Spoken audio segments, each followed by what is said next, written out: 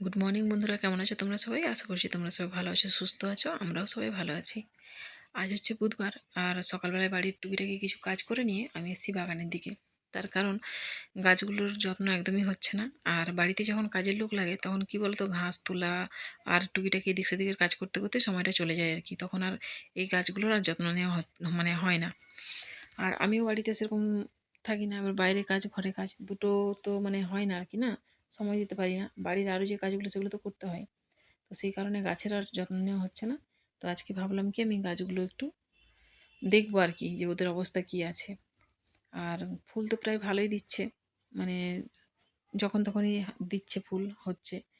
আর আমি যখন গাছগুলো আনতে গেছিলাম না নার্সারিতে, তখন সেই একটা দাদা বলেছিল কি যে ফুল যখন দেবে আর কি, গোলাপ ফুল, ওই গোলাপ ফুল দেওয়ার পরে যখন ফুলটা পুরো ভালোভাবে ফুটে যাবে, যদি কেটেও নিই কিংবা যদি শুকিয়ে ঝরেও যায়, তারপরে যেই জায়গাটায় ফুলটা হয়েছিল সেই জায়গাটায় একটু কেটে দিতে, 1 আঙুল মতো মানে ডাঁটাটা কেটে দিতে। তাহলে কী হবে, ওই জায়গা থেকে নতুন ডাল গজাবে, আর গাছটাও ঝাঁকড়া হবে আর ফুলও দেবে। তো সেই কারণে আজকে ভাবলাম কি গাছের গোড়াগুলো পরিষ্কার করব, আর মাটিটা একটু খুঁড়বো, যেহেতু জল দেওয়া হয়েছে, আর এইসব করবো আর কি। কিন্তু কী বলো তো, আমি ভাবি এক আর হয় সবসময় উল্টো। সেই জন্য আমি কিছু ভাবি না, ভেবে চিন্তে কাজ করি না, যখন যেটা হয় আমি তখন সেটাই করি।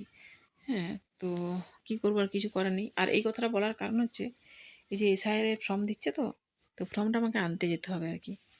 আর যেই সময়টা ফর্মটা আনতে যাব সেই সময়টা মানে বাড়িতে আর মানে সেই সময়টাই কেউ যেতে পারবে না, সবারই তখন কাজ, একমাত্র আমি আছি, আমাকেই যেতে হবে। তো সেই কারণে যাবো ওইগুলো আনতে, আর ওটা তো না আনলে হবে না। আর পাড়ার সবাই প্রায় বলতে গেলে কেউ না কেউ নিশ্চয়ই গেছে যাচ্ছে, আর টুকিটাকি ভিড় নিশ্চয়ই থাকবে। তো আস্তে আস্তে আমার একটু হয়তো বেলা হয়ে যাবে। তো আর এগুলো ভাবছি করবো না, তো সেই কারণে রান্নার জোগাড়টা করে নিয়ে আর আমি যাব ওই ফর্মটা আনতে। আর দেখো, এই যে দেখলে গাছের গোড়ায় দইটা আমি ঢেলে দিলাম। দইটা আমার নষ্ট হয়ে গেছিলো, টক দইটা 1 কিলো মতো দই আনা হয়েছিল। আর দইটা আমি দেখলাম, তার কারণ কি বলতো, আজকে বাড়িতে খাসির মাংস হবে, তো তাই আমি ভাবলাম দই দিয়ে ম্যারিনেট করব, কিন্তু যখন বের করেছি দেখছি যে দইটা নষ্ট হয়ে গেছে। তারপরে কি করব তো জানি না, দইটা যে নষ্ট হয়ে গেছে আমি কি করব আমি নিজেও বুঝতে পারছি না তখন। তারপর দেখলাম ফোন থেকে ইউটিউব থেকে সার্চ করে বের করলাম যে দইটা কি করা যায়। তো দেখলাম অনেকেই ভিডিও করে ছেড়েছে কি টক দই নষ্ট হয়ে গেলে তাতে বেশ খানিকটা জল দিয়ে একটু গুলিয়ে গাছের গোড়ায় গোড়ায় ঢেলে দিলে নাকি গাছগুলো ভালো আর কি হয় আর কি, মানে সুন্দর হয়ে ওঠে। তো সেই কারণে আমি দিলাম, শুধু গোলাপ গাছগুলোই দিয়েছি আর ওই বেগুন গাছটাতেই দিয়েছি। দেখি কি হয়, আমি তো কোনোদিন দিইনি, তো এই প্রথমবার দিলাম। তো দেখা যাক কি হয়, পরিবর্তন কিছু হয় তাহলে সেটাও তোমাদের সাথে শেয়ার করব। আর দই তো নেই কপালে, আর কি করব, কিছু করারও নেই। তো মাংসটা শুধু আদা রসুন আর এই হলুদ গুঁড়ো, নুন আর দিয়ে সর্ষের তেল দিয়ে ম্যারিনেট করে তারপরে আমি যাবো আর কি। আর দেখো, মাংস এদিকে ম্যারিনেট করতে মশলা টশলা সব দিয়ে দিয়েছি, কিন্তু তেল আর ঢালা ছিল না। এই ওইসব করতে রেখে আবার তেলটা ঢাললাম। আর এই সর্ষের তেল কি মানে যে কোনো তেল প্যাকেট থেকে কেটে বোতলে ঢালা খুবই মানে মুশকিল। কিন্তু আমার বোতলগুলো মানে তেলের বোতলগুলোর মুখটা অনেকটাই খানিকটা বড়, সেই কারণে আমার অসুবিধা হয় না, আমি চট করেই ঢালা হয়ে যায় আর কি। আর না হলে ছোটো বোতল কি থাকলে কি হয়, সে চুঙ্গি দিয়ে ঢালতে হয় আর কি, নাহলে তো সব পড়বে। তো দেখো, এটা ম্যারিনেট করে নিচ্ছি, ম্যারিনেট করে ঢাকা চাপা দিয়ে রেখে আর চাল টালগুলো ধুয়ে রেখে দিয়ে তারপর আমি যাব। আর এসে তো রান্নাটা করতে হবে, তাই না? আর আজকে অনেক দিন পর প্রায় মানে কি বলবো, এই বাড়ির আশেপাশে হেঁটে হেঁটে যাচ্ছি, তো সেই কারণে ভালোও লাগছে যেতে। এসে আবার রান্নাটা করতে হবে। তো চলো, আমি ফর্মটা নিয়ে বাড়ি চলে এসেছি। বাড়ি এসে আমার মানে ভাতও হয়ে গেছে, আর অনেকটা বেলাও হয়ে গেছে। তো সেই কারণে আজকে আর একদম বিশেষ কিছু দিয়ে অন্যদিকে যাচ্ছি না। আর মাংস হলে আমাদের বাড়িতে কেউ কিছু খায়ও না, কিন্তু আমি ভেবেছিলাম কি যে মশলা আলু ভাজা করব। তার কারণ মশলা আলুটা অনেক দিন খাওয়া হয় না আর কি। এমনি আলু ভাজা হয় পোস্ত ছড়িয়ে কিংবা গোল গোল করে কেটে, সেটা হয়, আর মশলা আলুটা হয় না আর কি। তো সেই কারণে ভাবছিলাম আজকে মশলা আলু ভাজা করবো আর শুধু মাংসের ঝোল করবো, কিন্তু সেটাও আর হলো না, অনেক বেলা হয়ে গেছে, আর খেতে তো হবে, তাই না? তো সেই কারণে শুধু মাংসের ঝোল আর একটু স্যালাড কাটবো, ব্যাস হয়ে যাবে ওতেই। আজকের মতো মানে চালিয়ে নিতে হবে, কিছু করার নেই আর। তো দেখো, তেল আমার গরম হয়ে গেছিলো, আর এদিকে আলুও ভাজা হয়ে গেছে, আর আমি পেঁয়াজটা দিয়ে দিচ্ছি।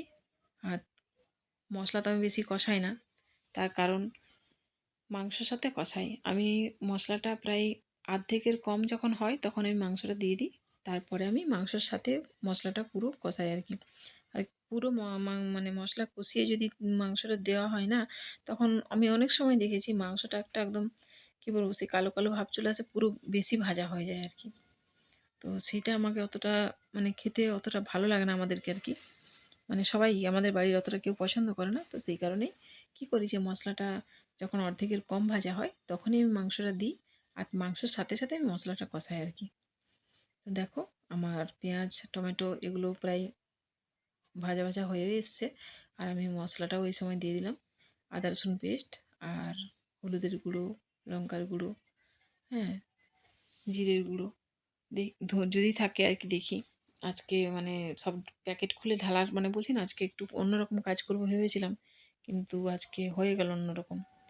তো কিছু তো করার নেই, সব কিছু কাজ মিলিয়েই তো করতে হবে, আর হিসাব করে তার কাজ হয় না, তাই না? তো মশলা দেখো আমার কষানো হয়ে গেছে। আর বাকি সব কাজ এমনি বাড়ির টুকিটাকি সকালের কাজ হয়েছিল, কিন্তু এই যে কাচা, তারপরে তোমার হচ্ছে যে ঘর মোছা, এগুলো কিন্তু বাকি রয়ে গেছে।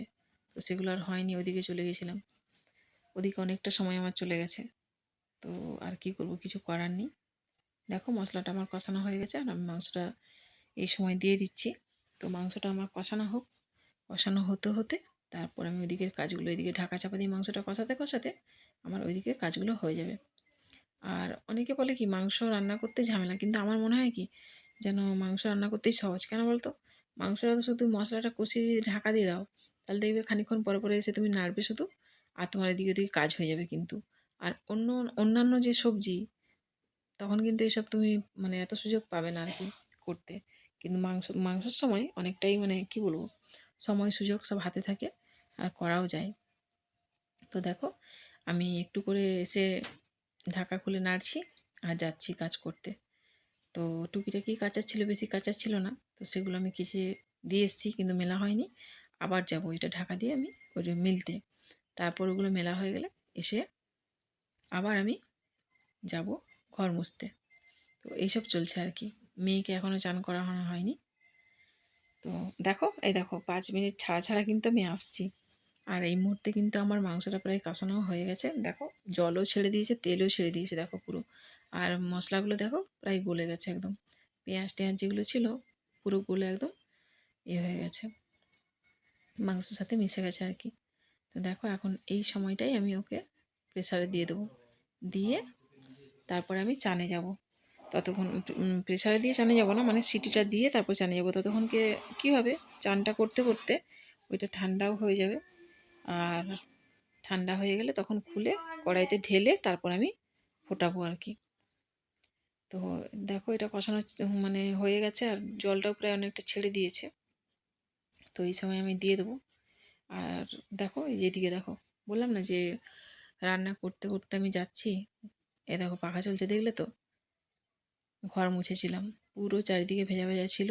আর যে রান্নাঘরে তো আর মানে সিলিং ফ্যান নেই, তো সেই কারণে ওই টেবিল ফ্যান দিয়ে আমি যখন খুব আমার তাড়া থাকে তখন আমি ওগুলো শুকিয়ে নিই আর কি। তো দেখো এদিকে মাংসটাও কষানো হচ্ছে, ওইদিকে রান্না কাজও হচ্ছে। আর বড় বড় রুমে, এই বড় বড় রুমে বলছি, সরি, দুটো যে রুম আছে আমাদের, ওই দুটো রুমে তো সিলিং ফ্যান আছে, তো ওখানে ঘর মোছার পর চালিয়ে দিলে ওর পুরো ঘরটা ভালোভাবে শুকিয়ে যায়। কিন্তু রান্নাঘরটা যখন আমি মুছে শোকাই, তখন আমাকে এই যে একটু সময় দিতে হয়, একবার এদিকে একবার ওইদিকে ঘুরিয়ে ঘুরিয়ে শুকাতে হয়। নাহলে কি হয়, কোনায় কোনায় এগুলো জল থেকে যায় আর কি, ভেজা ভেজা থেকে যায়। আর ভেজা থাকলে মানে একটা কীরকম নিজেকেও লাগে, আর গন্ধও একটা কীরকম লাগে জানো তো। আর ভেজা জিনিস আমার পায়ের তলায় ভেজা পড়লে তো আমি থাকতেই পারি না একদম। মানে জলে ভেজা আর বালি, এই দুটো জিনিস আমার খুব অপছন্দ। তো দেখো প্রেসারে বসিয়ে সিটি মেরে আমি কিন্তু চলে গেছিলাম চানে। চান থেকে এসে আমি কড়াইতে ঢেলেছি, আর ভালো করে ফুটিয়ে আমি বন্ধও করে দিয়েছি। তো মাংস প্রায় আমার রেডি। আর এদিকে দেখো খাবারও আমি বাড়ছি। তো চলো, আজকের মতো ব্লগটা আমি এখানেই শেষ করছি। তাড়াহুড়োতে কি ভুল বললাম কি ঠিক বললাম মানে সেটা মানে জানি না। তো যাই হোক, কেমন ব্লগটা আজকে করেছি আমি নিজেও বুঝতে পারছি না। আর তোমরা ভালো থাকো, সুস্থ থেকো, সবাই খাওয়া দাওয়া করে নাও, আমরাও খাওয়া দাওয়া করে নিই। চলো আজকের মতো বাই।